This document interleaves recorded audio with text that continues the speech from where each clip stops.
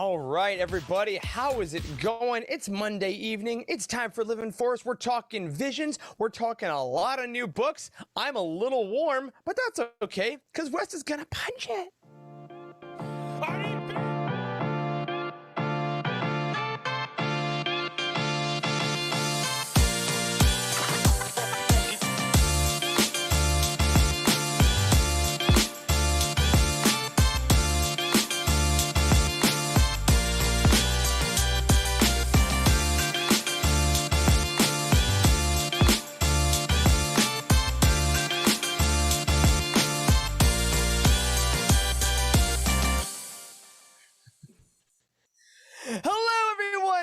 Welcome to the Living Force, a Utini Network podcast, all about the books we love and the people we love even more.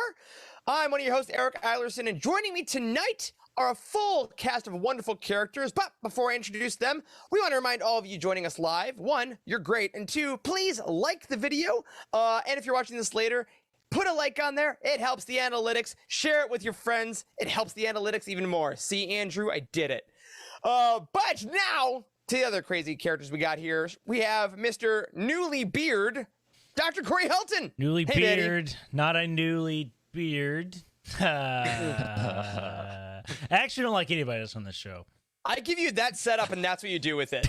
I lofted a softball, and you bunted. All right, next up, we got the guy who finally plugged in his computer, Dr. Charles Hankel. Hey, sir. Yeah, hey, my computer's plugged in. I'm running low on battery. Personally, it has been a day. Hasn't it just been a day? Yes. I don't know. We're here. It has been a day, but luckily we are joined by my personal battery, the one that gives me the energy, the one that fills my life, Wes Jenkins. Hello, everyone. I had the day off today, and you know what I did? I worked. I worked for my company on my day off all day today. Why would you do that? Now, Don't do that. You know, Worked for free. sort of. No, not really. But anyways, that's what I did. And I hear the Red Sox are playing. And they had a 3-run home run. Great. That's great. I only want the Red Sox to win so the Astros can play them and ruin their World Series hopes. So, yay, go Emma and your team. There we go. I love playoffs in the Utini world because the couple sports figures just rise to the top and it gets super intense. Love it. Hope that whatever team you're rooting for in the playoffs of the baseball, it's not the World Series. What are they? Is it just called the playoffs? The baseball playoffs? Okay, it's not called like the right now. It's called the ALDS. And the NLDS. I don't know why you put me in this four square. Division series, because I want to see what your face looks like when we start talking about sports. You just eyes just get big and you get completely silent. Whatever, like you know. All right. Go White Sox. All right. So a couple things today.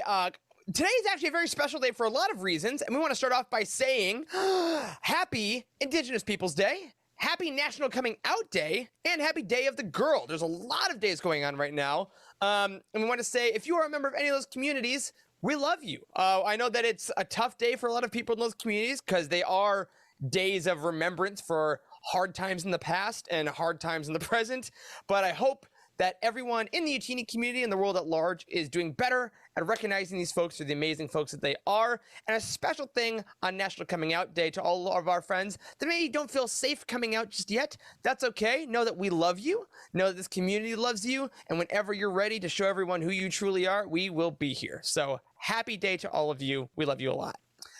Another thing now, we want to say a congratulations to Emma Camden, the first-time published author as of tomorrow, because, folks, tomorrow, Star Wars Ronin, a Visions novel, is officially released out into the world, and, we got content coming your way. We got a written review on Utini.com. We have a video review on the Utini YouTube channel. We have a interview with Emma on our podcast platforms. Yeah, yes. Our podcast platforms, and we also have a recorded video interview with us and Emma, all about their experience writing Ronin. It is, guys, how would you describe our interview with Emma Camden? I think it's one of the coolest things we've literally ever done. One of the most fun interviews by far we've ever done. She is a gem, let me tell you. Mwah! Absolutely. So down to earth. Yeah. Yeah. We talked about so much stuff I didn't necessarily expect to get into. Yeah. It was Yeah. surprising but fun and educational. Dang Yes. Yeah. We learned that all of our college classes sucked because Emma's college classes sound awesome. Yeah. So, Go check out the interview for sure. yes, pick up Ronin. Either start reading it right away, or you can listen to our interviews first. They will be spoiler-free, as will the reviews. So don't worry about getting any spoilers. Check out Utini content. Celebrate Ronin. Go into the Discord channel. Hang out with everyone. Tell them where you are. Book release days are the best at Utini, so can't wait for tomorrow. And finally, if you need a little more Ronin, tonight, literally at this exact second, there is a Nerdist panel going on the Nerdist YouTube channel with our buddy Tom from Del Rey, with Matt Martin from Story Group, and Emma talking all about Ronin. And I believe that's being recorded, so stay there. Don't leave us. I mean, you can if you want. We get it. But if you want to stay, watch our live show. That should be posted on the Nerdist YouTube channel after. I will definitely be checking that out. Cannot wait. Happy Ronin Week. Now, the opposite of happiness, though, is the Utini Fantasy Update. Everybody, everything sucks. All I feel is pain. I don't understand how I'm so bad at something I love so much. But I do want to give a congratulations to our very own, our Emma Park, different than Emma Cannon, but also amazing and awesome. Emma is beating the snot out of me this week and has beaten me. All our players are done. And Emma, you, on the heels of Tom Brady and DK Metcalf, got the most points of our league this week. Congratulations. God, it sucks. It really, I'm so bad. But I also want to say congrats to our very own Timothy Guthrie, who after tonight's Monday Night Football matchup may overtake Emma. Emma, I'm conflicted. I want to root for you to keep the title, but also you're embarrassing me in front of the Wizards. So I don't know if I want you to win. So yeah, there's that. Emma's gonna be 4-1. I'm gonna be 1-4.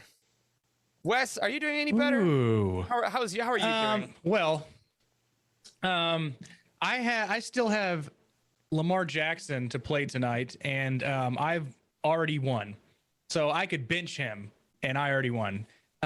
So Jay Carson. Oh yeah, our buddy Jay. Yeah, New Republic Patriots. You are 4-0 as of today. Tomorrow you will be 4-1. Enjoy. I love that. Yeah, the Christian McCaffrey injury really hurt a lot, but that's our Utini Fantasy Update. Wes, congrats. Emma, congrats. I really hope I know how to play this game eventually, and Dalvin Cook is ever not hurt. All right, moving on to our Patreon update. Thank you to all of our lovely patrons, including our new patron, Matt Billington. This just sounds like a cool name to say. So Matt Billington, thank you for joining our Patreon, because Matt has put us over the threshold, everyone, of the Attack of the Clones commentary. That's right. We hit our next Patreon goal. Incredible. Thank you all so much. Thank you. You're the reason that literally everything happens on this website. The reason the servers don't crash. We don't crash ever, like Facebook used to, am I right? But yeah, you all will by the end of the month-ish be getting the four of us talking about Attack of the Clones, which is why I'm wearing this shirt tonight. And Corey, this is what you've been waiting for. You've been waiting for us to watch Attack of the Clones for months. Yeah. Also, I gotta say, quite frankly, I never thought we would be at this level of Patreon support. I mean, we're like coming up on $1,000, which is absolutely insane. I mean, we're gonna be able to buy plane tickets to Celebration. It's gonna be crazy. It's gonna be awesome. Oh, are we, Corey? No, not for you. Not for you. Maybe for someone else, but not for you. Yeah. I mean, this is really exciting. I mean, Attack of the Clones, this has a special place in my heart. I can't wait to laugh at the cringiness, to make fun of the horrible lines between Hayden Christensen, and I can't wait. It's gonna be a blast. Like, there's so much to love, there's so much to hate, and it's gonna be so much fun. Like, I'm excited, man. I'm really excited. Yeah, I want to see if nobody says anything when Natalie Portman runs after she falls off the gunship. It's amazing. It's a hero. I will never forget. When I was a kid, I saw that movie. I have a vivid memory of this. The entire theater erupted in laughter when she fell And then she pauses for a minute, and that guy runs through. He's like, "Are you okay?" And she's like, "Yeah, I'm good. Let's go." And literally, the entire theater erupted in laughter, and I didn't get it as a kid. I was like, "What's so funny? I don't understand." And that has been burned in my brain for years, and now I get it, and it's hilarious. But I'm excited to watch it because if y'all on Patreon listen to our Phantom Menace commentary, we all somehow learn new things about that movie watching it together, and actually did find a lot of parts that we now loved even more. And I think Attack of the Clones will watch them with your best friends. It can't not get better. We are huge fans, obviously, of all the movies, but this is going to be a special one, especially with Hayden being back in the news so much lately because of Obi-Wan. Like, dude is on the circuit. He was at NYCC. He was on the Empire State Building. Like, dude is living his life. Hayden's back. He's getting a lot of recognition now, which is really, really great. And, you know, we don't have to like reconfirm that we love Star Wars because you guys know that, like, we love it. We don't have true negative things to say. There's things to love and dislike about everything. And Attack of the Clones is at the bottom of most people's list, and we have to acknowledge that fact. And there's a reason for that. So it's gonna be really fun. Really fun to watch. Blast. Like I can't wait. I can't wait. So keep an eye out. By the end of the month, we're going to get together and do that. It's my fault that it's coming in late because I, again, am going on vacation for my birthday in about a week and a half. So I am delaying that. But once I get back, we're going to watch Attack of the Clones together. And as a reminder, if you are on Patreon now, you will get access to that when we upload it. But if you join later, in a month, in a year, you get access to everything we've ever put on Patreon. So if money's a little tight right now, no big deal. Or if you want to just like subscribe for a month and binge everything and binge all the commentaries, go for it. We love you anyway. All right. Now it's time for quite a thick boy dense Star Wars Weekly Roundup. It's the Star Wars Weekly Roundup. Yes, it is. Because y'all, the High Republic has been amazing. And I love everything about it. And the Thrawn Ascendancy trilogy, it's been really great. Love everything about it. The Queen's Hope Peril trilogy, the Padme trilogy, has been great. Love everything about it. But you know what I forgot? There's other Star Wars books that get made. And we got a weird out of actual nowhere announcement on Thursday that broke us all mentally and spiritually.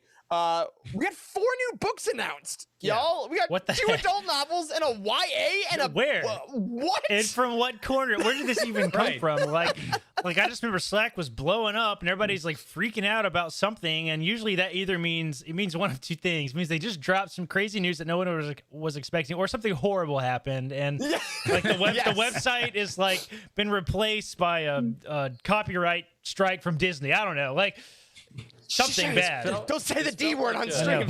It's like an April Fool's type announcement, you know, when you hear, you're like, The Sopranos is back, and then you're like, oh, is it April 1st? It's April 1st. Forget this article. Exactly. No, but this is real. It's incredible. We got 4 novels. So what we're going to do for the Star Wars Weekly Roundup, we're going to go through each of them. We're going to tell you what they are, who it's by, when it's coming. And then we're just going to read the synopsis we got and show you the amazing cover not finals that were released. So I'm sorry, I had to. Guys, who wants to take, because Charles, you got a couple ones that I'm going to let you choose from, but who wants to talk about Shadows of the Sith? Anyone? I got it pulled up here. I can talk. Go for it, man. Tell them what this is, who it's by, and read that beautiful synopsis. Cool. I got that screen share pulled up too, and you think it's appropriate, Wes. Yeah, so Shadow of the Sith by Adam Christopher, releasing on June 28th in 2022. Now, remember, guys, Adam Christopher is who was going to do the Mandalorian book, correct? Right? That's who he was, right? Yes. I feel like he wrote the entire thing. Is the vibes I got, and then it got shelved. Yes, I feel like it is in existence somewhere, and it conflicted with season 2, maybe. I don't know. Something weird happened with the Mandalorian book, and it never was released. It was set for release. Maybe they announced some characters were very prominent that maybe they didn't want to put on the show anymore. That's a good point. That's a good point. Who knows? So, yeah, who knows? Who knows? Regardless, point is, he's getting a Star Wars book, and it sounds awesome. So, here's the summary. Essentially, Luke Skywalker and Lando Calrissian return in this essential novel set between Return of the Jedi and The Force Awakens. The Empire is dead. Nearly 2 decades on from the Battle of Endor, the tattered remnants of Palpatine's forces have fled to the farthest reaches of the galaxy. But for the heroes of the New Republic, danger and loss are ever-present companions, even in this newly forged era of peace. Jedi Master Luke Skywalker is haunted by visions of the dark side, foretelling an ominous, I almost said omnibus. I'm so used to saying An that. omnibus. Foretelling an omnibus, finally, of the Poe Dameron comic, which has still not been written. Foretelling an ominous secret growing somewhere in the depths of space on a dead world called Exegol. The disturbance in the Force is undeniable, and Luke's worst fears are confirmed when his old friend Lando Calrissian comes to him with reports of a new Sith menace. After his daughter was stolen from his arms, Lando searched the stars for any trace of his lost child. But every new rumor led only to dead ends and fading hopes until he crossed paths with Ochi of Bestoon, a Sith assassin tasked with kidnapping a young girl. Ochi's true motives remain shrouded to Luke and Lando, for on a junkyard moon, a mysterious envoy of the Sith Eternal has bequeathed a sacred blade to the assassin, promising that it will give him answers to the questions that have haunted him since the Empire fell. In exchange, he must complete a final mission. Return to Exegol, the key to the Sith's glorious rebirth, the granddaughter of Darth Sidious himself, Rey. As Ochi hunts Rey and her parents to the edge of the galaxy, Luke and Lando race into the mystery of the Sith's lingering shadow and aid a young family running for their lives. Welcome to the fray, Adam Christopher. You get to write possibly the most important book that has yet been written about new Star Wars canon. Holy smokes. There is so much in this. Yeah. Wes, I know you have to be bouncing off the walls. This is Rey's origin story, right? I mean, trying to mend and intertwine all these wires to get us from Return of the Jedi all the way to I guess The Last Jedi and then to The Rise of Skywalker. I mean, that's an important step. I mean, did they give it to him because they were apologetic about ruining his first book, or Dude, this is the guy? I have no idea, but I mean, but Wes, I thought wasn't Disney gonna retcon all the sequels? no, shut up. No, absolutely I not. read a tweet. Tweet. From a source. No, not at all. I'm super thrilled because like this is if this is what you're saying it is, or what we're thinking it is, it's Rey's origin story, and does this like God, I don't want to get into it. Does this mean that Luke knew about Rey before? Oh my God, I hadn't even thought about that. That's crazy. The Last Jedi? I don't know, man. I don't know. This is wild, but this certainly looks like it's going to have the potential to explain a lot of the plot holes that we kind of had a problem with in The Rise of Skywalker, me especially. So Well, and it's especially interesting because one, this is the first Luke content post Return of the Jedi that we get other than like, you know, his little bit in the Battlefront 2 game.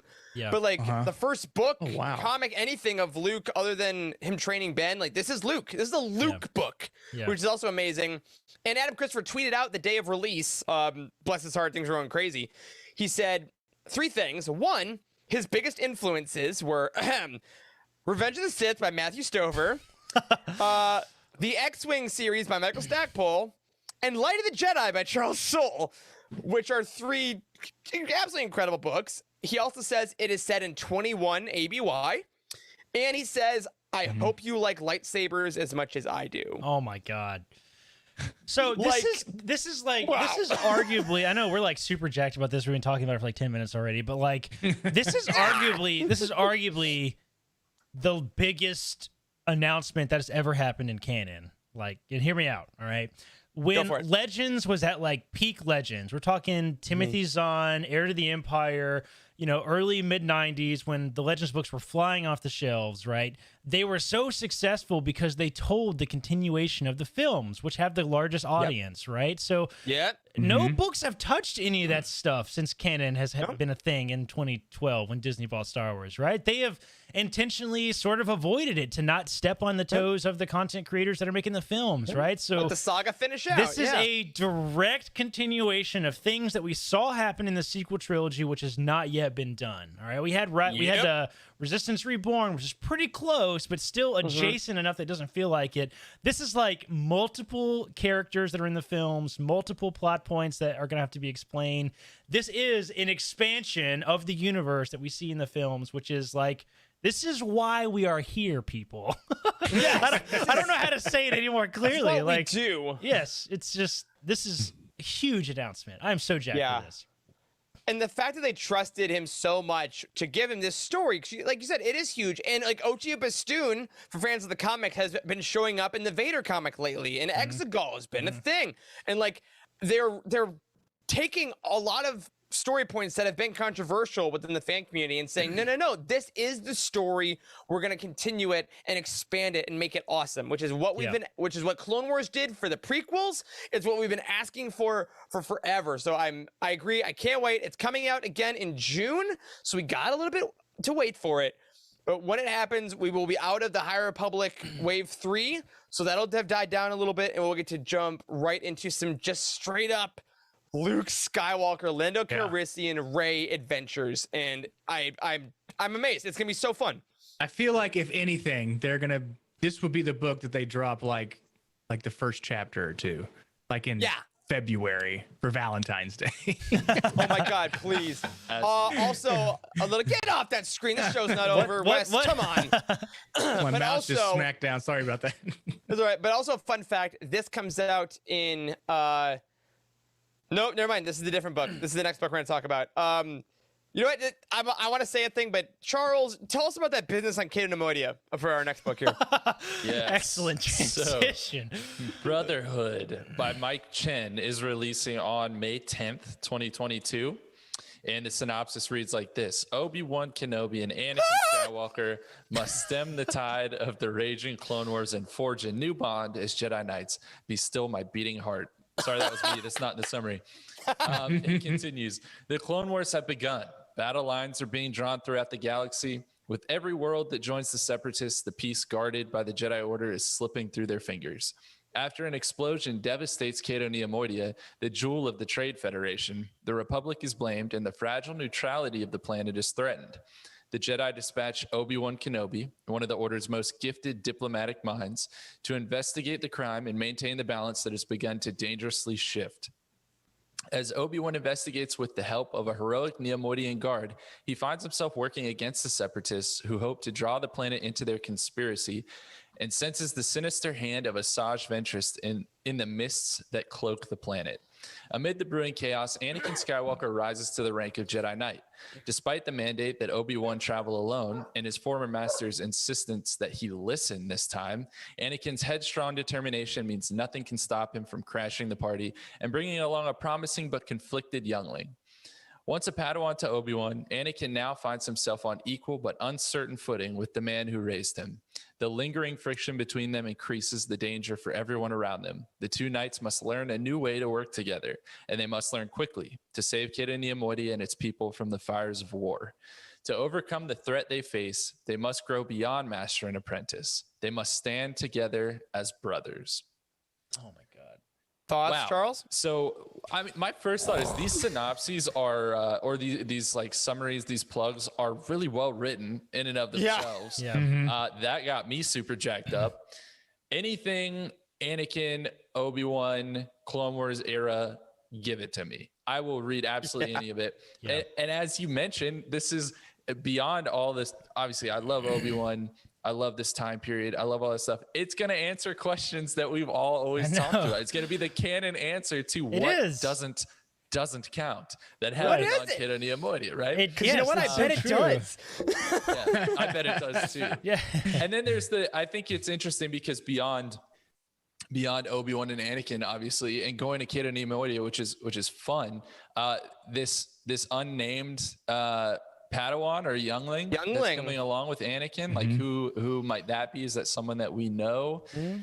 That could be really interesting. But it's funny because other than the first book that we talked about, this book and the others to me almost feel Legendsy, and I say that as a compliment because some of these stories are almost or are stories that were told in Legends, actually, in some of the books. And this obviously is going to be very different. It's going to be the canon story about what happened. But this, I feel like you could have read this on the back of a Legends novel that came out, in the early thousands and not batted an eye.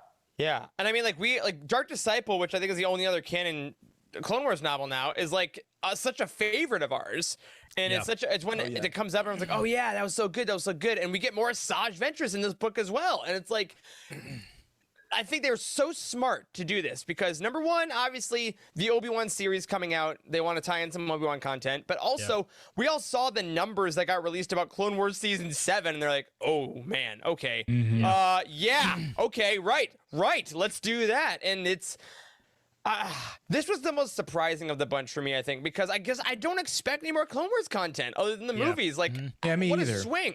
And can we talk about the title of the book, Brotherhood, and the fact that the last line of the synopsis, they must stand together as brothers? Like, because he was his brother, Anakin. dude, this is going to be a heavy-hitting novel, I feel like. I mean, I'm already sad, man. I'm already in my sad boy feeling. If what happens in this book is so impactful that the claim is that this is like how they became brothers. Yeah. Holy smokes. I know. Like, I mean, just that this whole line about lingering friction between them is going to danger everybody around. They must learn a way to work together. Like, this is going to be really, really intense. And, you know, stepping back big picture for a second here, both this book and the previous one are like, this is huge big picture stuff for canon. Like, they're taking risk and filling story points that Maya could have been told another way. So they're taking them off the table essentially. Right. So, you know, that makes the stakes really high for me whenever we're getting direct extensions of that. Yeah. Also, fun fact in Legends, that business on Cato de Moida. Do you know about this? You ever heard about this? There's a book in Legends. I forget exactly what book it is. I'm sure somebody in the comments can probably tell us. Where they go to Cato de Moida and like Obi-Wan like accidentally opens like a crate full of drugs and gets hit in the face with like LSD basically, and he's like high off his mind, and Anakin has to like, and he's like slurring his words and he can't fight, and he's like trying to give Anakin a hug and like kiss him on the cheek and stuff, and like is this it's the just approaching storm? Is that what super it is? I don't know, he's super drunk though basically, and wow. he's like tripping balls and like seeing stuff, and Anakin has to like carry into the ship. And that's the reference. That business on Cato de Moida doesn't count because he's embarrassed about it. It's fantastic. It's hilarious. Something. Yeah. I also have this nerdy part of my brain that's a dumb thing to say. It's all nerdy brain. But the already artful part of my brain, I guess I'll say, is that we're gonna get probably cover art with Obi-Wan and Anakin in Clone Wars garb, I would guess. And I wonder, are they gonna do like more Hayden and Ewan like looks, or are they gonna do a little more towards the animations? Like, we've seen fan art of like Ewan and Hayden in Clone Wars stuff, but nothing's ever been official. And I'm like, the cover art for the books the last couple of years has just been gorgeous. So I can't wait to see how that looks on the shelf. Corey, is it Labyrinth of Evil by Lucino that you love so much? I think it might be Labyrinth of Evil. Is That it really? does sound something complicated. That he was right. In that. It does. It does. I think it's what it is. Okay. Beautiful. But of course, that's not the. Go ahead. Oh, sorry. I got so confused by Labyrinth of Evil. I wanted to bring up one other thing. Do it. It says in this, I almost choked up when I read this. Equal but uncertain footing with the man who raised him. I know, man. I know. Going for it. It's just there's a lot of really heavy themes that are in this little short synopsis that like I'm not sure if people when they announce I haven't realized this until just now that we're discussing it together, but like this is huge for the relationship of Anakin and Obi-Wan. I've always wondered what that was like. What was early Anakin knighthood like? Like I've always wondered that. Because they say here, like I think within this book, if I'm reading this correctly, we're gonna see his ascension to Jedi Knight. Like that's kind of how it Obi-Wan's seems. probably gonna be like by what is it? By the will of the Force, by the will of the Council. Like Obi-Wan might literally knight Anakin in this God. book. Oh, dude! Yeah, they're solidifying the relationship in this. I'm gonna They're putting that relationship misty, foundation. This is nuts, dude. This is so nuts. Imagine the audiobook of Ewan McGregor knighting Anakin Skywalker. Like with Ewan's voice and Hayden Christensen's voice. Well, and also what I was gonna say also on the they last read one, it to me personally. Oh man. Hey man, everything has a price. Also though, for all of us that are going to be at Celebration, this book release might time out pretty well with the con exclusive cover. So I don't know. That could be pretty cool. May 10th. That is that's true. It's right around there. Okay, we got a few more to get through. Holy smokes. Yep. Two more. Wes, tell us about the YA offering that we're getting. The YA offering. So it's Padawan by Kirsten White, releasing July 26, 2022. Obi-Wan Kenobi struggles with his place in the Force as a young Padawan in this coming of age adventure. So this is what, episode 1 before episode 1 timing? Yep, a little before episode 1, I believe. And so Obi-Wan Kenobi really wants to be a good Padawan, the best Padawan even, but that's feeling more and more impossible with his new master, Qui-Gon Jinn. All of Obi-Wan's friends are off training to be real Jedi, getting mission experience, while he's still on Coruscant, practicing his forms and sitting in silent contemplation. Ever since Qui-Gon's former master, Dooku, left the Order, it feels like Qui-Gon has been too busy trying to connect with the Force or arguing with the Jedi Council to properly train his Padawan. When Obi-Wan finally convinces Qui-Gon to take him on a mission to a remote planet once explored by an ancient Jedi, his master doesn't show up the morning they are to leave. So Obi-Wan impulsively takes off by himself. Upon arriving on the mysterious lush planet, he encounters a group of teenagers with no adult supervision and who all seem to have some connection to the Force. Free from the constraints of the Order, Obi-Wan joins them in their daring adventures, but the Padawan side of him keeps questioning the teens' strange relationship to the Force and to the verdant planet around them, and what all of it might mean to his future. Obi-Wan will test the limits of his relationship to the Jedi and to the Force in this exciting yet soulful exploration of one of the Star Wars' most enduring heroes. So that sounds to me like teenage angst, and we've all been through that. A little bit. Dude, that's one of my very favorite important Spotify thing. playlists right now. It's called Teen Angst. I'm adding it right now. But also, Kirsten White did say on Twitter, very important, this is before Mandalore, so this is before Obi-Wan Satine. So this is not the Obi-Wan Satine book. She was like, I know you're all going to ask me. That is not the angst in this book. You know, But that just sounds great. Angela said in the chat that she has some hesitations about this book, and I can kind of feel that a little bit, like Him running off on his own. yeah, it does sound a little interesting. It does He's sound a little like rule follower. it does. Yes, that's right. It does sound like it might be a little too hard, like trying at the young adult genre, right? You know, sometimes they can swing too hard at young adult, and it comes across as kind of cheesy to adults. So maybe this is how he learns to be a rule follower, because he goes to the beach where they're all like doing drugs and listening to hippie music, and he's like, I don't know, man.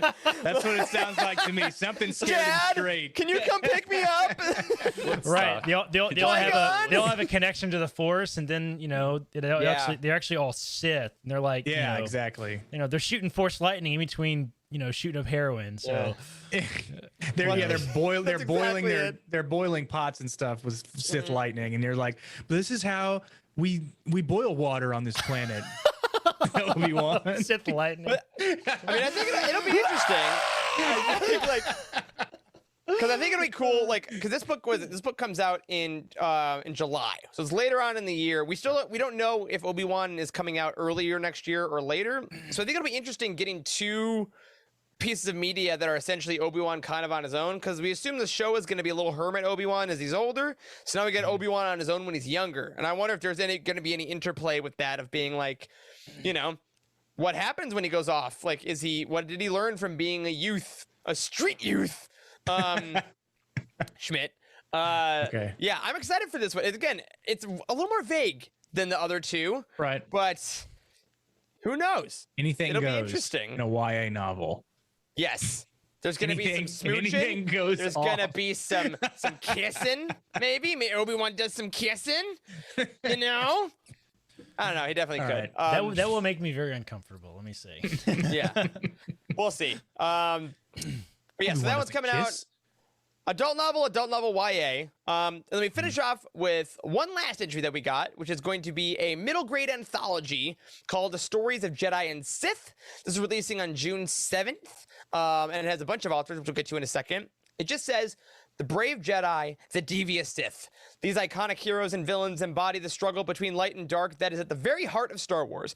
In this exciting middle grade anthology, 10 acclaimed authors imagine all new tales for some of the saga's most popular characters, from Luke Skywalker to Darth Vader, from Obi-Wan Kenobi to Asajj Ventress and beyond, complete with beautiful spot illustrations.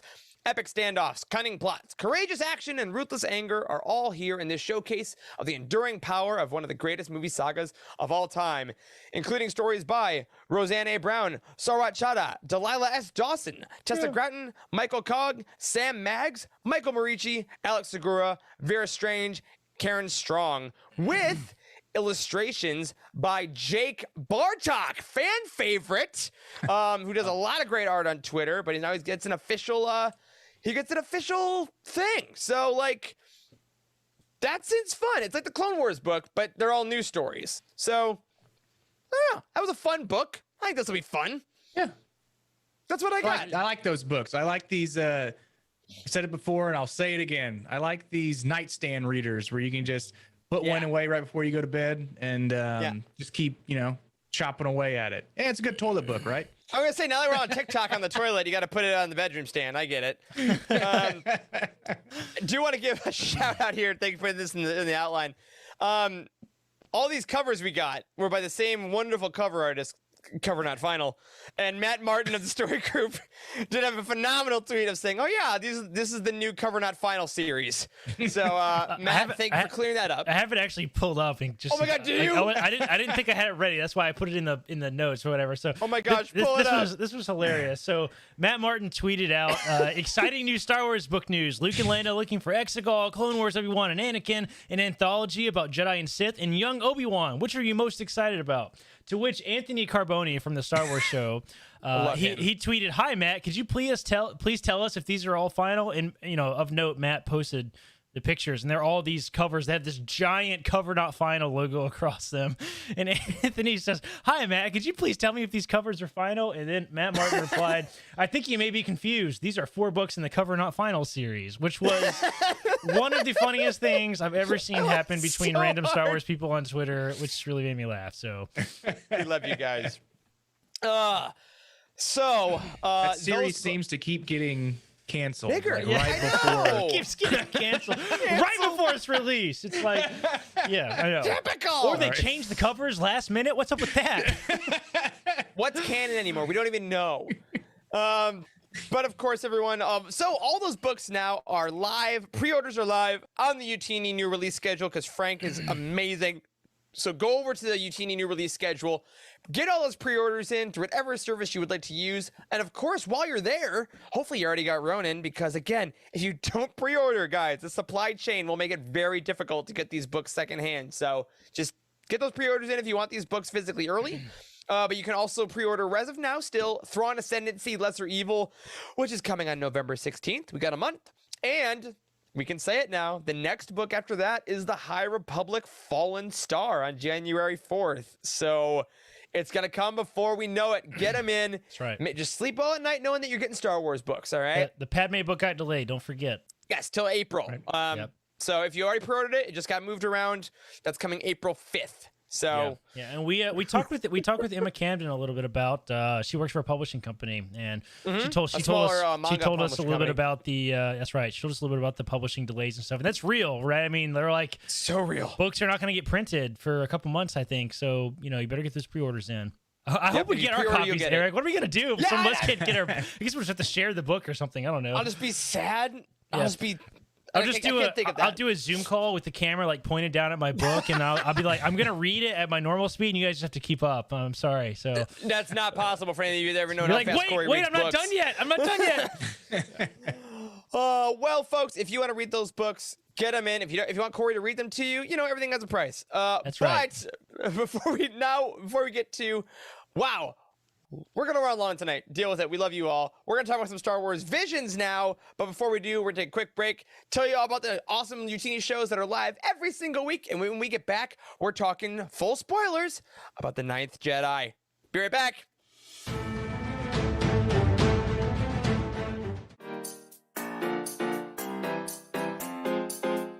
Darth Vader lightsaber lamp, and I just like... I just knocked over everything in my office so I could get this into the camera shot. I knocked one of the posters off the wall.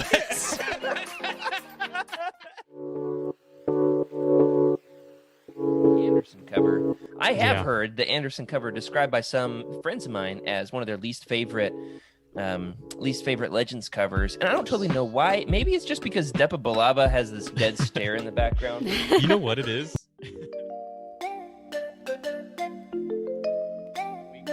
Emma, what is your art of the week this week? Yeah, so I don't have anything as dark and depressing as that corpse, but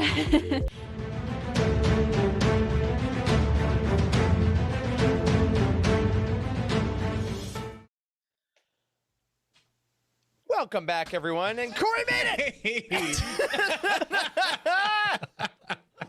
Oh, welcome back, man. And welcome back to all of you who are still watching. I'm going to do another thing that Wes told me to do earlier. If you didn't earlier, make sure you like the video that you're watching. If you like it. If you don't, Just sorry, give it a thumbs down. It does the same thing. So whatever. Wes! Just Wes! No! Don't Oh ever my- tell people to do that. What's wrong with you? All right. Anyway, if y'all missed our show last week, we did talk about the first 4 episodes of Star Wars Visions, and we talked about ones that really hit us in a nice way, and other ones we didn't like maybe as much. So this week we're gonna finish up season 1. I'll say. I don't know, because who knows? With the next let's 5 episodes. And we're already 40 minutes into the episodes. I mean, we can just sum it up really fast. I mean, there's a couple good ones, a couple bad ones. I mean, I think it's the end of the show, guys. I mean, you know, All like, right, what else do everyone, we have thank to you to say? all our patrons. Charles, get back in the camera, you tall, you giant. Oh man, Charles Yeah, just how dunked a much taller I basketball. was than Corey when we both stood. Oh my god! I'm gonna like wear platform shoes or some shit the first time we all meet. I swear to Please God. wear platform shoes. As long as they're Star Wars, man. All right, starting off tonight, our first episode we want to talk about, again, last time we're going to say it, full spoilers ahead. So if you haven't watched it, here we go. The first episode we're going to talk about is episode 5, The Ninth Jedi. This was created by Production IG. This features a couple of familiar faces like Simu Liu, who is Shang-Chi as Law, and Masioka, who is from Heroes, a hero from Heroes, if you guys watched that show in the early aughts, as Ethan. And this says the following. The daughter of a lightsaber smith is pursued by dark forces while on a dangerous mission. And do we have a poster for that? I believe. I think I put them up there. Let's show the cute people the poster. Maybe not. Who's to say?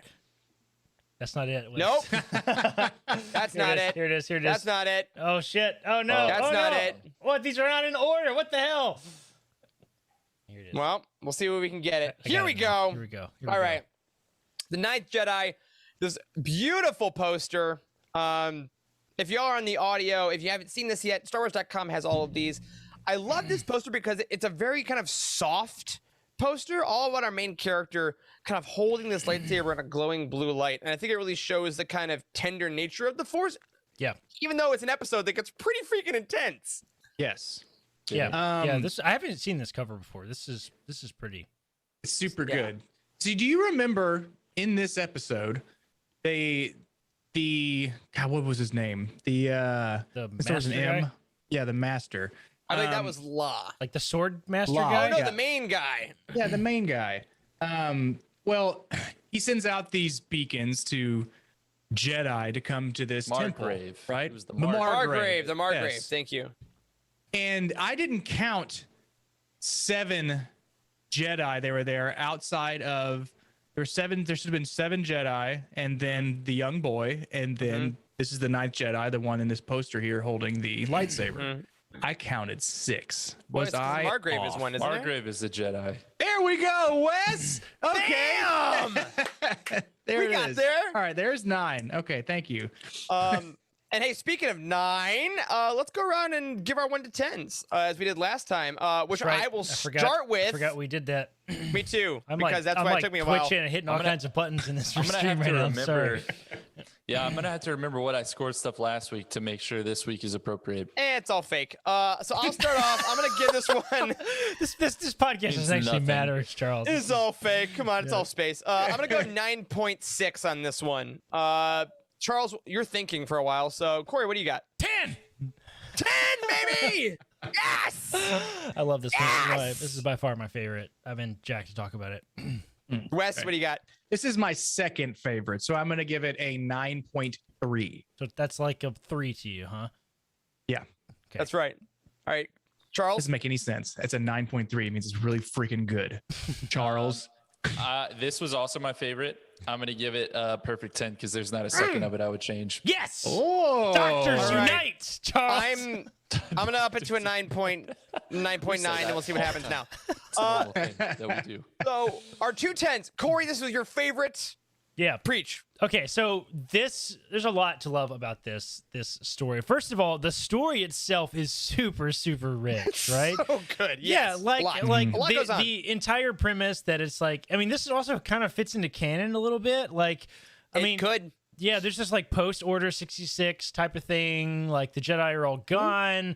Like the lightsaber is kind of extinct as a weapon. Like nobody has them, and that's sort of alluded to in Episode 4 too, right? So like, you know, it's just interesting at the fact that like a call could be sent out because we have lightsabers, right? You know, they're for sale. Come buy one. You know, like it's sick. Shipping unavailable. Yeah, I love particularly the mythology that was added to this one too. Like we all are, but I have also a huge lover of crystal lore. We talk about that a ton. And like, my God, the saber smithing literally with the hammer, and then the fact that like, oh, it gets its color based on the wielder. What an awesome idea. So that moment when all the Sith turn on their lightsabers, I watched it again today, and that's maybe my favorite moment in the season. Yeah, that moment same. because the guy's like, oh, I'm blue, oh, I'm colorless, and like, we're all Sith. It's like, I know, oh it's my like, God, what the hell is happening? Like, But also the moment where Kara locks blades with one of the Sith, and it literally turns from colorless to green. Like that's the moment she becomes like a full-fledged Jedi. All right, it's a 10. I'm so- stupid. it was- Never mind. What am I talking about? That was dumb. Sorry about that. Rich. There was just, remember last episode, I talked a lot about like how several of these stories just had these little twists and unexpected storytelling elements, and that was like, this is kind of the episode I was kind of alluding to a lot, right? The colorless lightsaber, because she's not quite strong enough with the Force, was a freaking awesome idea. All right, that's like so one of the cool. coolest things I've ever seen, and like.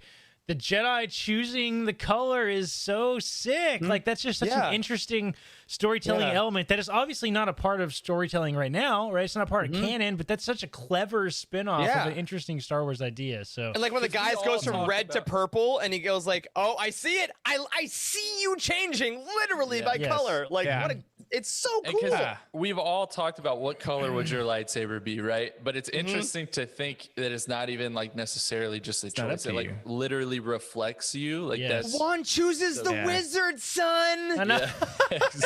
Get with it. I love it. Yeah, that the whole red turn to purple thing was really cool too. Yeah. Like because Was it? What is it? I thought it was because then That's why. then they That's follow. one of the they things follow where up I with did. it. Yeah. They follow up with it because he asked him. He says, "I'm sorry, Master. I lost myself in the dark," or something like that. I'm Yeah. like, bro, It's what a funny, though. freaking line! You funny, literally though, got that changed. Ethan just picks himself up off the ground after getting like beat down by this guy. Yes. He's like, it's cool, man. Like, don't worry Yeah, about it. Your no, I lightsaber's get it. purple now. It's fine. You're a big bird man. I understand. Oh god. My only qualm with this. No, and it- shut it- up, Wes. it There's happened- no qualms. No qualms. And it happened in another episode too. It's almost like they're relying too much upon the lightsaber to depict a Jedi. So like you're a Jedi because of your lightsaber, and it shouldn't be that way. Yeah. So I they- can see that. I guess. They did. I mean, hold It's the a stupid ass lightsaber in idea, high but I guess I regard. can see it.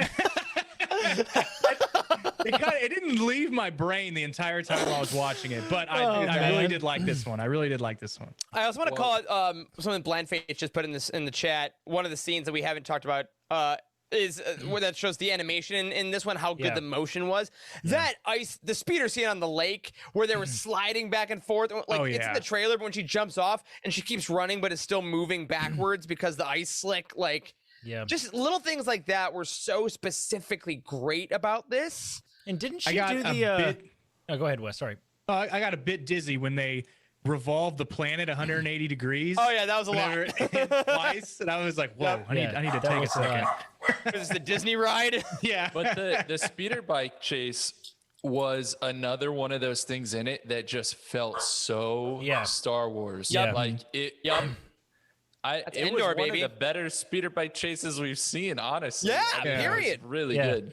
And didn't she do the whole Return of the Jedi Luke thing where she like got off the bike and like chopped the front of it in Yeah. half, right? And, Where they, like, yeah. slow motion too. Yes, that was awesome. And also something else that we haven't mentioned yet is the droid. The droid, the guy T-Droid, was, he's on his break. that was so cool. I loved that. Stupid. Yeah, I love that part. It felt very Studio Ghibli to me. Of Yes. like having to interrupt this droids like every day. All the other droids are like dead.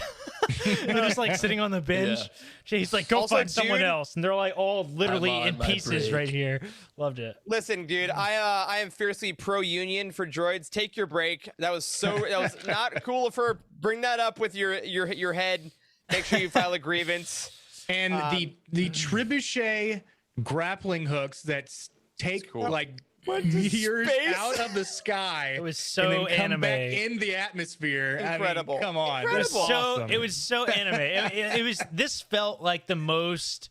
This felt like it hit the mark the closest for me of like, okay, let's take a Star Wars inspired anime and do something original and unique with it. This hit it. This is what was in my mind, like mind's eye in regards to this, because it feels just very much like the type of anime that I think I most enjoy, which is that sort of art form kind of Studio Ghibli type of anime, I think, right? Like I'm not as crazy about some of the other stuff that we've seen, but this was like right on the mark for me. I absolutely loved it. With the incredible action too. I mean, once that saber battle started, and it just like the Margrave, the way that slicing happened, and just like it felt.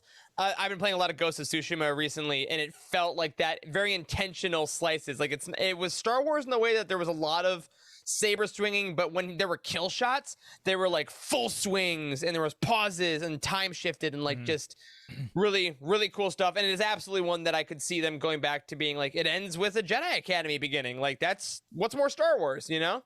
Yeah. Love it. And the Margrave himself was super cool, and hiding in the droid was, I thought, a really Excellent. nice touch. And I got like Very warm. when the Margrave had his mask on, I almost felt like he was like a mixture of like Plo Koon and Ultron or something like that. Yeah. That's how Yeah. it struck me. It was a very evil mask And- too, right? Like there was a lot of debate Have you about seen- if he was a good guy or not. His saber had like a circle cross, little halo. like the full hand guard, Yeah. Yeah, like, like on a a fencing katana- sword or something yeah. like that, which we've never seen, I don't think. That's actually made of like the blade itself. Yeah. So that was cool. Another incredible And then design. as you were saying, Eric was starting like a Jedi Academy or something. This episode to me felt the most like a pilot for an actual TV series, because like the ending is a cliffhanger. They've assembled a new team and they've established this new goal. And then you end it with that slow motion team walk. The only thing missing was an explosion behind it. For real. It was so cool. In a commercial for a fast food restaurant. And then you get that switch where you see that the station is actually making a lightsaber blade into the sky, into the galaxy. Like, gorgeous, absolutely gorgeous. I hope we get more. If nothing else, I think that'll turn up. I think this one, more than any others, may have turned a lot of people onto anime as an art form, because this is like what the stories can be. Loved it. For sure. All right, episode 6, complete tonal shift. Oof, man. TOB1. This is by Science Saru. It features Kyle Chandler, Coach Taylor from Friday Night Lights, as the voice of Mitaka, the Master. This is Astro Boy. It's a cybernetic boy who dreams of being a Jedi, discovers a dangerous truth about his creator. Do we have the poster brought up for this one? It is much different in tone than the other one. Let me put these. It's very round. It's very joyous. Let's Here we go. take a look. Look at that. Yeah. Oh wow, the poster Scary looks droid. really cool. Yeah, the poster. It is a great That's poster. a great poster, dude. Yeah, it is. That's it. It's got the lens flare. It's got almost like an OT, or more like a prequel, actually, kind of feeling to it. Yeah. Yeah. Prequel posters. Yeah. All right, You know, let's were you gonna say something? I was before we go around. I was just gonna say this was one that like I shockingly kind of enjoyed a lot more than I thought I was going to. Like Ooh. Yeah, I mean, this is what was that? Do you remember that teenage? What was that teenage robot show that used to be on Nickelodeon? My Life as a Teenage Robot. Oh, okay. Well, I didn't realize that was the My name. Life as a Teenage Robot. Yeah. This kind of has it. it kind of has those vibes a little bit, which like I enjoyed. I like this episode a lot. Are we gonna do ratings now? Yeah, let's do rating. Corey started off. I'm just kidding. I would give this one like a 7.5, 8. I'm gonna give it an 8. All right, 8. Wes. I'm gonna give this one a 6.4. All right. All right. Screw you, Charles. Wes. All right. What, Charles? I agree at 7.5 for me. All right. I'm going straight 6 on this one. I was too optimistic. I want to change my answer to 7.5. All right. Yeah. I want to hear what you guys think about it. This was a tough one for me. Where I think objectively, the goal of this episode was 100% met. I think they made exactly the kind of short they wanted. I think the animation style fit the story. I think that for everything it was trying to do, they absolutely did it well, technically and creatively. Just didn't ring with me. The character, the animation style really wasn't quite what I was drawn to. And I think by the end of it, I was like, okay, yep, they told that. It's probably never one I'm going to revisit. Yeah. It was a fun story. It was a fun story to see. They were given, I don't know if they were given a lot amount of time, but it was only like 11 minutes. So, they didn't have a lot of time. Yep. But, it didn't resonate with me either, but it was a fun story just to see. Who doesn't have 10 minutes? Just take a look. Yeah. There are two things that I really enjoyed about this episode, and one of them is the animation style. Actually, something weird about this animation style just felt very unique and weirdly different, I think, than anything else that we saw. Totally, it didn't feel like it was trying really, really hard, a way that some of the other episodes felt. The Ronin episode, for example. It felt like it was trying really hard to. Ooh, the art style was shocking. Yeah. This wasn't overly that. stylized. Yes, this felt just like a funny cartoon that we would watch as kids, right? Which I kind of liked. It was neat. It's barely anime. That was the audience. Yeah, right. Barely anime. Kind of Avatar, Last Airbender a little bit. Kind of art style, maybe kind of fit that a little bit. And the other thing that bald. Yes, that's exactly it. The other thing that I really liked about this episode was the theme about nature and the research about restoring the planet was very weirdly Jedi-like, which I think is maybe what they were kind of going for, because he's not a Jedi, but But is he? Or is on he? that note, easily my favorite scene of this entire thing was that time lapse after the professor dies and he's going around completing the research, and you see the plant grow in the foreground. That was and the really song great in the background. Right. That scene actually really struck me. Yeah. So really nice. he was playing around. He was told not to go into the basement or wherever the hell, and he went in there, played in that ship, got his master killed, or got his Yep. just by going in there and be like, "Hey, any Jedi around?" Follow the rules. Dead. Killed his dad. Just for just for going there and playing around. I feel like the dad is kind of at he's kind of responsible for his own death here, because I feel like when the stakes are this high, perhaps the instructions should have been something beyond, hey, don't go in the basement ever. Maybe a lot. It's every cartoon ever. Yeah, but touch that red should button. you have to say, hey, don't get on the comms and announce to the world, to the galaxy, that there maybe You didn't know what he was doing. Didn't know what he was doing. I do that every day. I ruin I will say this. I go into basements and people die all the time. I wonder if people it's hard. I wonder if people who know Astro Boy, because again, I did not know Astro Boy until I heard that, this was supposed to be basically Astro Boy Star Wars. And I wonder if those people found this derivative, or if they really enjoyed it because of all the callbacks. I looked it up after the fact, and in a lot of ways, it was like a 1-to-1. Oh, really? Yeah, from what I've heard. Astro Boy. So, this was almost like a love letter to Star Wars and Astro Boy, it seems. Yeah, which is sure. They get to, again, I think they set out to do that. I think it's done well. If that's your thing, you're going to dig it. It's not your thing, you probably won't.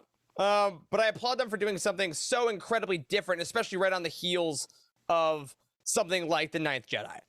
These could not be the more different, much less next to each other episodes. Yeah. Super solid choice. I know that they didn't have it like broken out this way, but it's kind of like how we just did the first 4 episodes where we had we had the duel, and then we had Tatooine Rhapsody, 2 completely different ones. Yeah. And then we have the Ninth Jedi, and then we have TOBI or TOB1.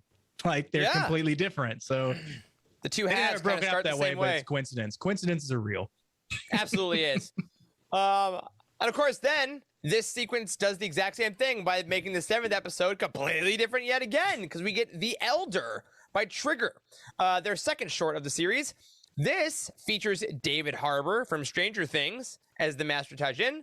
It features Jordan Fisher, who is Jordan Ambrose in the To All the Boys I've Loved Before movies, as Dan, and James Hong, who is just a legend of cinema. Look the dude up as the old man, who was also on This Week in Star Wars last week. So check out his interview. It was lovely. This one just says a Jedi and his Padawan pursue a dark and powerful presence, as this poster, this is exactly what the poster should be. This is 100% the episode. Absolutely. This looks like the cover to a PS2 game. 100%. Oh my god! Yes. Some kind of Soul Calibur meets Star Wars. Yes, just exactly. It's the font for me, dude. That's what it does. Yeah, is that the font. The font is it's almost like Like- Tumblr fan art too. Yes, With the font. screams That's PlayStation hilarious. 2, dude. So Yeah, I David dig it. Harbour, holy smokes, I didn't know that. You guys Yeah. know how big of a Stranger Things fan I am. Also, he was fantastic in Black Widow. Also, by the way, I loved him, which is now on Disney Plus, not a sponsor. That is right. That is right. Yeah.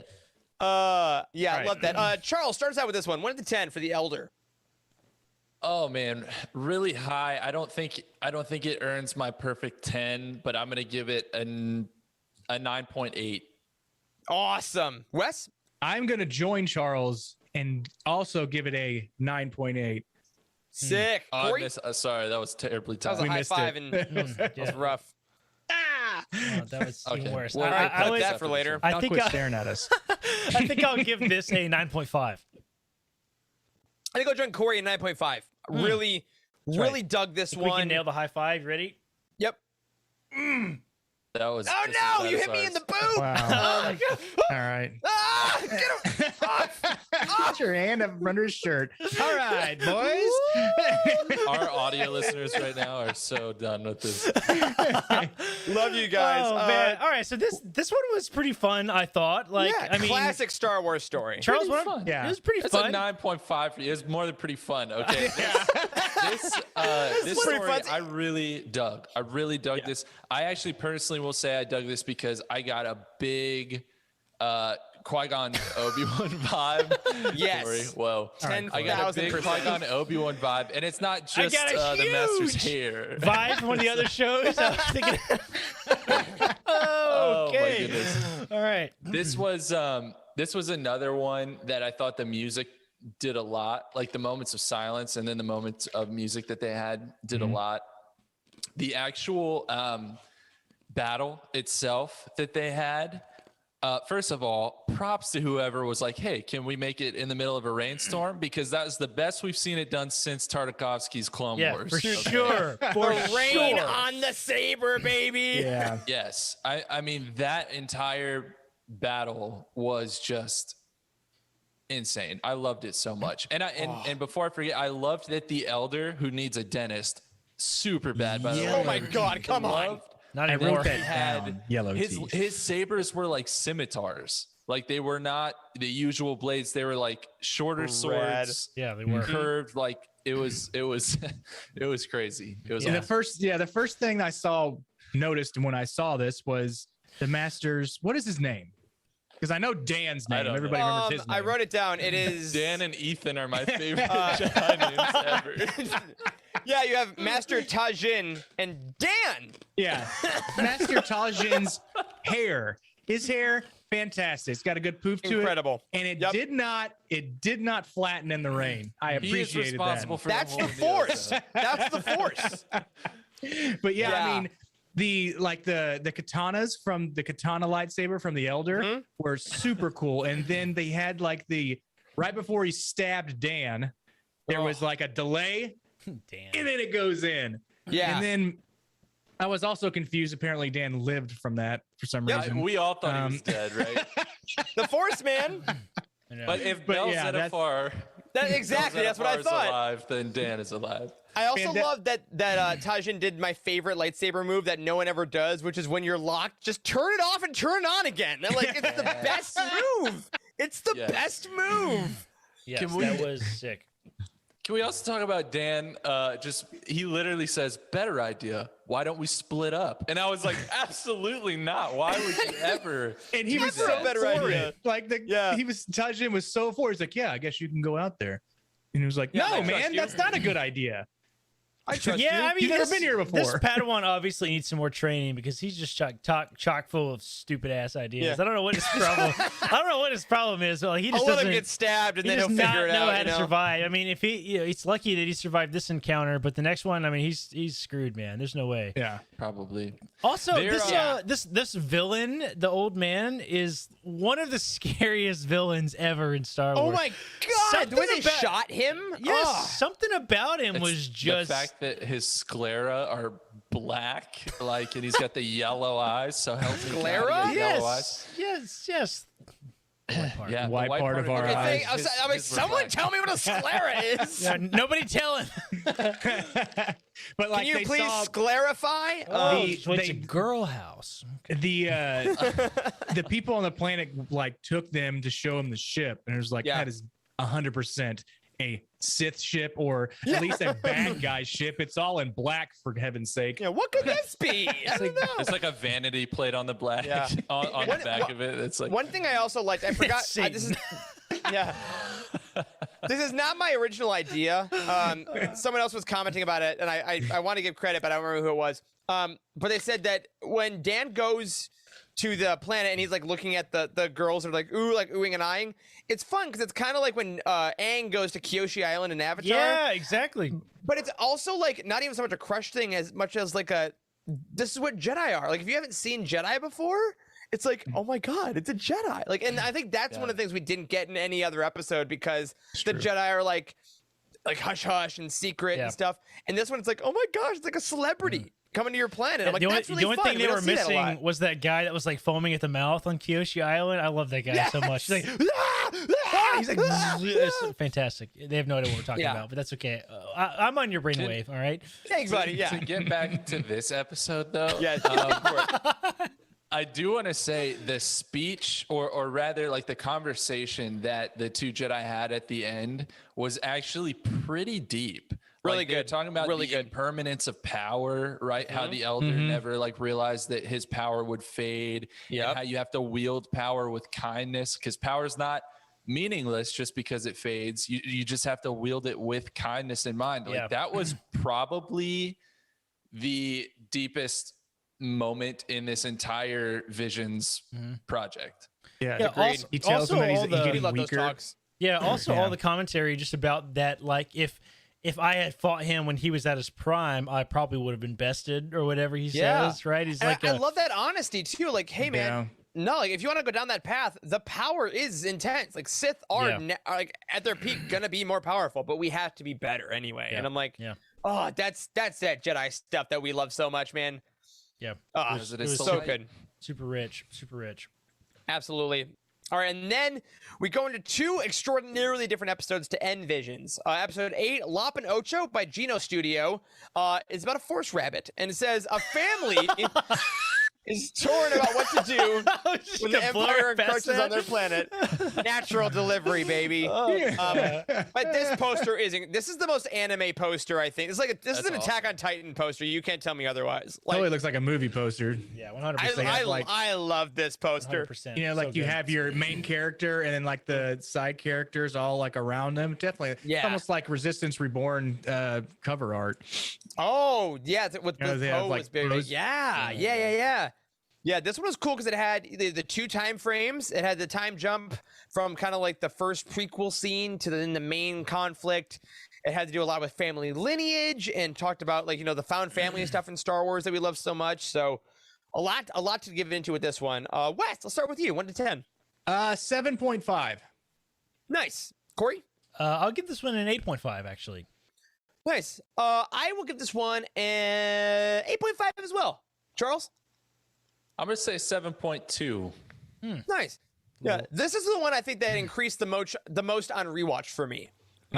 Interesting. The first time, I think it was just the look. Honestly, as much as I don't like to be this person, the look of the main character being like a literal like Leppy or whatever they were, like kind of. It took me a while to get into, which is ridiculous. Is she supposed Star to be Wars. a Leppy? Is that like is she supposed Not to be officially. Jackson It's is? just another I'm rabbit just type curious. alien. Okay. But then the second time, I got into the story of it with like the sister relationship and then the family relationship, and honestly, I'm a sucker for any kind of weaponry stuff. So the moment where he sits her down, takes out the family blade, shows them like that's just beautiful stuff right there. And I thought the choreography of the final fight was epic. And on that note, when he's opening that lightsaber box, they did the animation to where it was in a bow. They opened the bow and then they undid the knot. Like in other like animation, they would just like do one quick like move away from that, and they did that extra step, which was the detail that I don't see a lot in animation before. Yeah, like that's the Ghibli Ghibli stuff cool. that I thought Yeah. when I saw it. Like whenever they make food and stuff in Studio Ghibli, like you see the slices of tomato and like that, like that stuff that made me think like, no, we're gonna wait. We're gonna see the fibers of the rope fall apart, and then the stillness of opening it, and then it's like. This is the most reverence I found. Even though the Ninth Jedi was all about lightsabers, this was like it's a lightsaber, and it made me feel like seeing a lightsaber in A New Hope for the first time.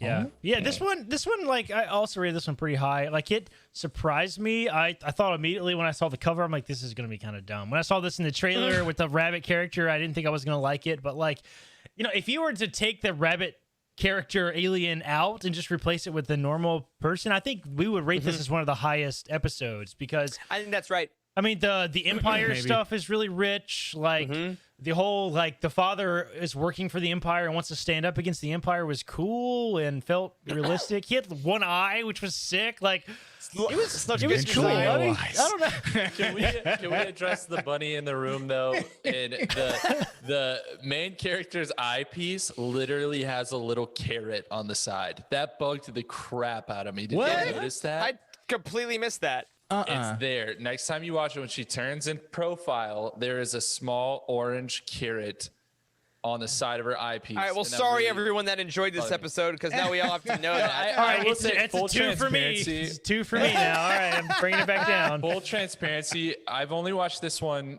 once. This and Akakiri I've only seen once. Every other one I've seen twice. This one, for whatever reason, did not land with me as much. I actually think the length of it played into that too. Like, I thought other ones told the same amount of story, or it felt as impactful to me, at least, with significantly less time. This one's 20 minutes, which is the longest one, I think.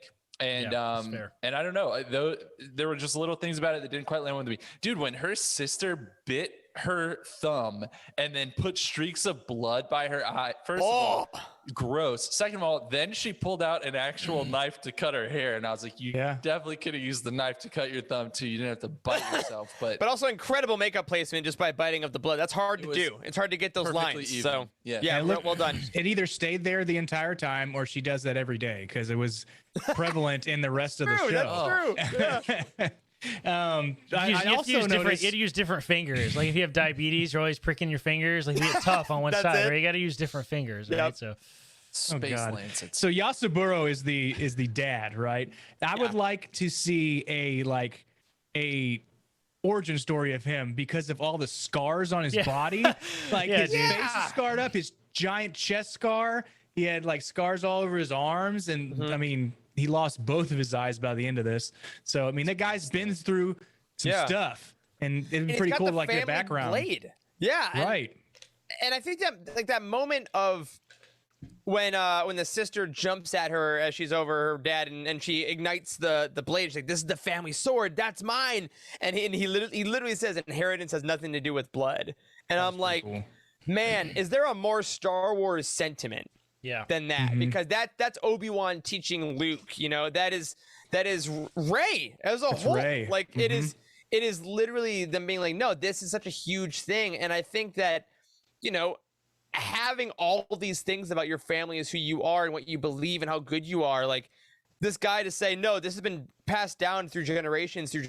Now you're like, oh man, were they all blood, or has this just been people that they love and respect? And that moment of realization, I was like, oh yeah, that's That's the stuff. And I do agree, Corey, that like had it not been the aesthetic of like a giant like rabbit person, which again by the end I think fades away. I think if it was just like kind of two more humanoid looking people, that moment would have been one of the most intense in the whole saga. But I want to know what I want to know what stuff. Kevin Scott thinks about this, because I'm sure he's seen it, right? And him being such a course. What's that character's name again? Jackson. Jackson. Yeah, such a Jackson the Rabbit, fan and creator, I suppose. So yeah, right. This was probably Jose's favorite.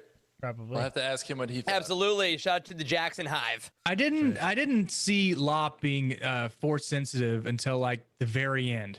The very end is when she uses the force to bring that sai to her hand, and then she uses the lightsaber to kill Ocho. But I didn't see that. I didn't see like, where is she force sensitive? What's this even about? Why is this even in here? It's like, oh, put it in at the very end. There it Make is. it all come together. I like it. Yeah, definitely one I think that increases on rewatch. For a bit, and then of course we get the last one. Very different animation style, but still a very traditional story with Akakiri. This is by Science Saru. It's their second.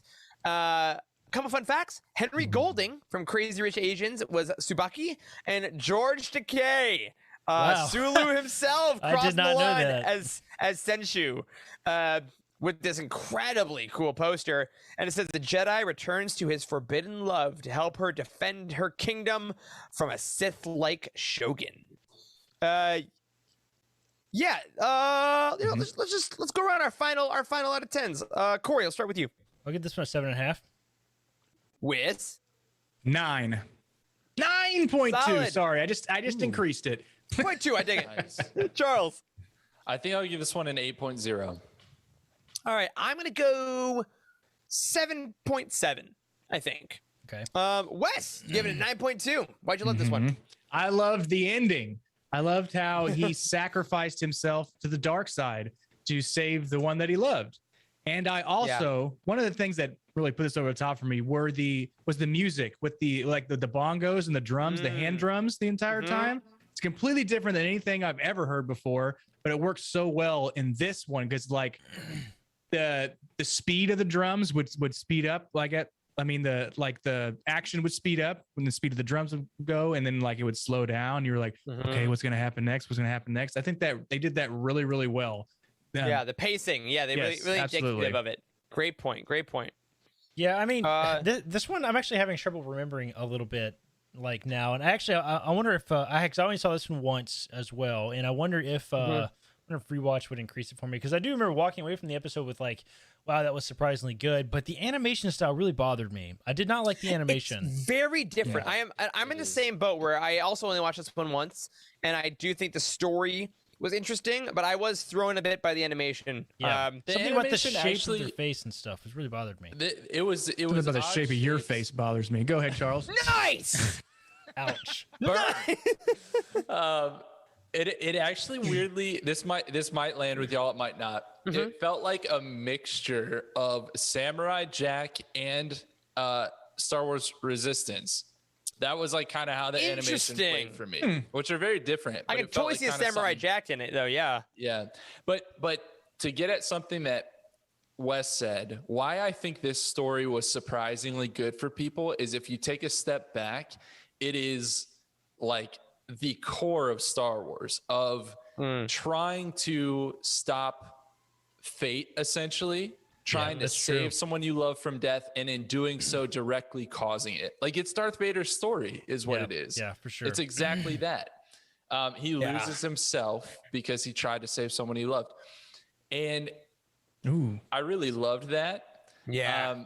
And it just felt Star Wars. And the other thing probably that made it feel really authentically Star Wars to me was the guides, the two like peasants that guided them. Yeah. So Kurosawa Hidden Fortress. That Hidden Fortress, dudes. Like, it was just so perfect. I love that.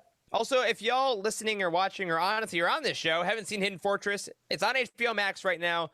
It's the only Kurosawa movie I've ever seen so far. I just haven't sat down to watch them. If you just take the night, watch it, you will completely get why everyone's like, yeah, George Lucas just made Star Wars off of this. It's so good. So good. It holds up beautifully all these years later. So the guides, the fat one, Kamahachi, Yep. and the Oh, skinny those one guys. is Forgot about those Senshu. characters. Those Always a guys are fat one and a hilarious. skinny one. Yeah. You know? They were funny, and also the epitome of everything. has a Laurel and price. Hardy.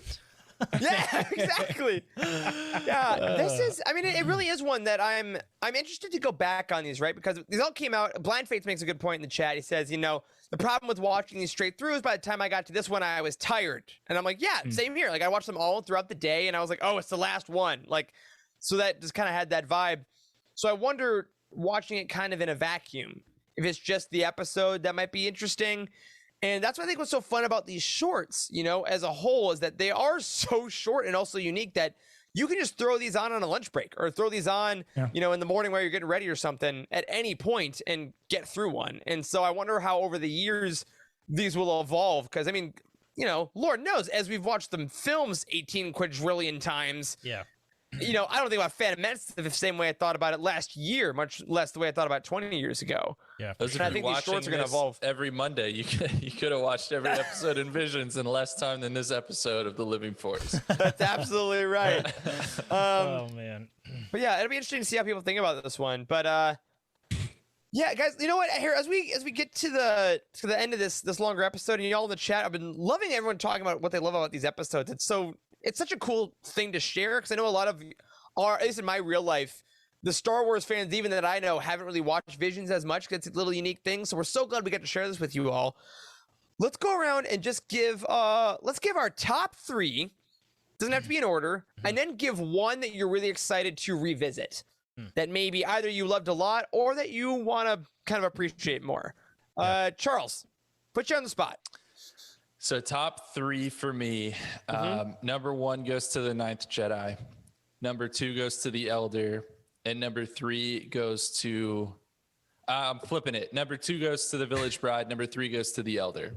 Excellent choices. And then which one do I want to go back and appreciate more? I want to go back and watch probably Lop Ocho, because you guys all seem to really like that one a lot more than me, and it's one I've only seen once.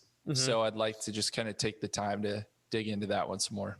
Yeah, Cool. for sure. Wes. Okay, so number 1 for me is the twins. I'm just You kidding. That's not lied. it. All right. All right. Like, all right, let's go with it. Number 1 for me is probably the Elder. I really, really like that one. Number 2 is the Duel. The first one for the Ronin book is probably mimicking there a little bit. And 3 is Akakiri. Love that. Yeah. And speaking of the Akakiri, we didn't talk about it, but the guy was the Jedi was having visions of this horrible something that he's going to be doing throughout the entire thing, and then finally it comes to fruition. That horrible thing that he's having these horrible headaches with and visions is that he's killed his wife or his love or whatever she is scene to where him. he wakes up out of his space bed and he doesn't have a space shirt on. Yep. And Only one can do that, buddy. Jack, you know what I'm saying? Like, it's so smooth. He's Oh, my and arms. sweaty. a bit Ooh, moist. okay, let's move on. All right. And then no, the one kidding. the one that I need to revisit 100% is the Village Bride. I remember not giving that one as high a score as y'all did, and y'all got mad at me for it. But I do need to go back and revisit it because there's a lot of things that y'all were talking about that made a lot of sense. So need to go back and revisit that one. It's good.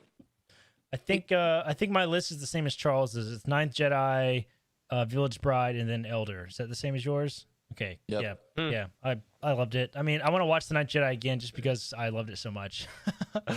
Great, totally valid. I think I'm gonna go number 1, Village Bride. Number 2, Ninth Jedi, and number 3, The Duel. I think, because again, they're all incredible. Everything we've said about them, so many perfect 10s, so many just great Star Wars stories at their core. And I think I want to go back and revisit. I'm gonna say same as Charles, Lop Ocho and Akakiri. I'm gonna say both of those. I want to. Really, because frankly, those weren't ones I got to watch as much. And even the Lop Ocho I liked better, I think I'm close to cracking it. You know, you can like feel it that it's going to be elite. But Akakiri, based everything you're saying, Wes, I'm like, I can see all that in retrospect, and I want to give it that full time. So overall, very successful initiative, I think. You know, this is, who knows if we'll get more? It'd be cool, but I know we do get more of Ronan. Again, coming out tomorrow. Can't wait to hear y'all's thoughts about that. Any last thoughts on Star Wars Visions, guys, before we get on out of here, before we get into the more realistic? I just want it to be known that Tatooine Rhapsody was my number 4. All right. That's all. That's a solid thing to say. I hope that Disney and Star Wars does this again. They go out of their comfort zone and they give us, you know, they don't have to do 30-minute shows of a season and commit to like 2 or 3 seasons of a certain show. They can put out these 10, 15-minute shorts of something completely different to see if what the audience likes, if it strikes a chord with people, if they like it, if they start talking about it. The stakes are so How high. cool? Yeah, exactly. How cool would it be to have a season 2 of this, like you alluded to at the top of the episode, Eric? But like where some of them are still new studios doing more new stories, but maybe a couple of them are like sequels from the same studios from this season. Like that'd be incredible. Yeah. I would love that. Yeah, that would be sick. The 10th Jedi. I mean, The 14th Jedi. Yeah. Oh, they go like the 8th Jedi because somebody dies. Oh my god! What the hell? Nice. I think Wes just did telepathy on me, guys. I'm like disturbed right now. I saw it. Damn it! Yeah. How did that happen? That's what I was thinking. Corey, That you was have my anything original thought. to It was say? my thought first. That's an original thought. What's not an original thought is what I'm going to steal from the chat right now with Caleb and Endar. We're saying season 2 I'm also in favor of. Maybe it's those some non-Force users, maybe some smugglers things. I love the idea of new studios or the same studios with brand new stories. I think that maybe some of the beauty in the ones we love so much is that they're just their story. We're not going to get more. It's just the beautiful thing that it is. And I think that I myself need to get better at accepting that because I often think very far ahead. And sometimes I just need to be in the moment and love the thing. So very excited. If they do more of these, that'd be cool. But obviously before that, we know we're getting some very straightforward Star Wars with the Book of Boba Fett, with Kenobi, with Andor, and we're a little excited about those too. So those can live in the same world.